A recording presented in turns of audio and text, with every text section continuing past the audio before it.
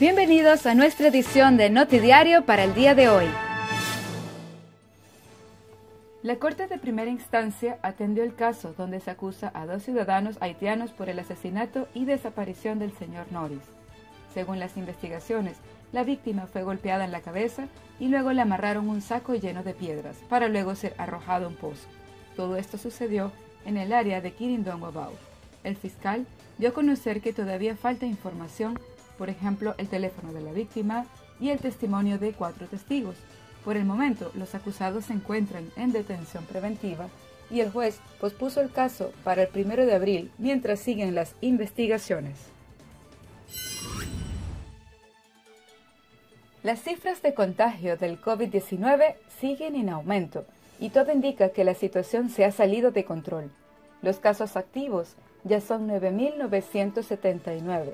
Tan solo el día de ayer dieron positivo la cantidad de 1.107 personas. Todo indica que para el día de hoy jueves se superará la cantidad de 10.000 personas activas infectadas. Estas son las consecuencias de la aglomeración irresponsable de personas, como por ejemplo lo sucedido el fin de semana pasado en Phuoc Bay y en Coral Tabac.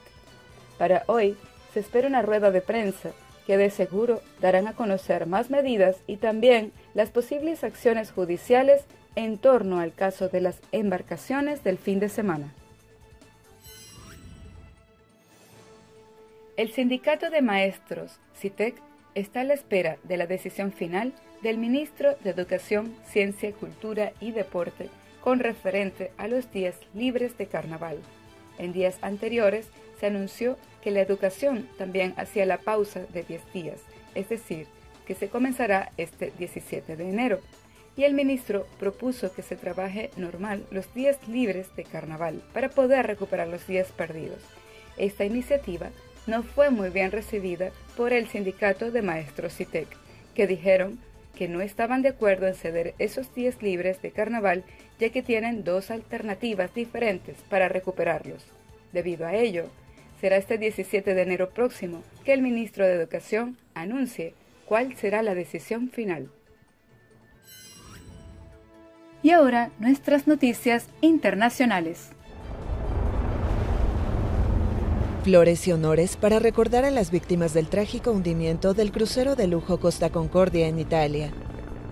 El enorme navío encalló la noche del 13 de enero de 2012 frente a la isla del Giglio en la Toscana, en medio de las aguas heladas, causando la muerte de 32 personas.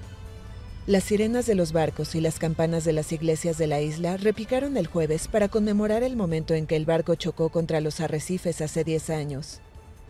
El Concordia, que transportaba a 4.229 personas de unos 70 países, encalló mientras muchos pasajeros cenaban. El pánico se desató entre la gente cuando se cortó la energía, sumergiendo el buque en la total oscuridad.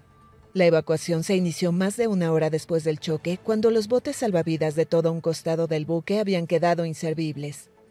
El capitán Francesco Cettino, condenado luego a 16 años de prisión por homicidio involuntario, tardó en ordenar que sonaran las alarmas, y además fue uno de los primeros en abandonar el barco. Un desastre ambiental fue otra de las consecuencias que dejó el dramático naufragio.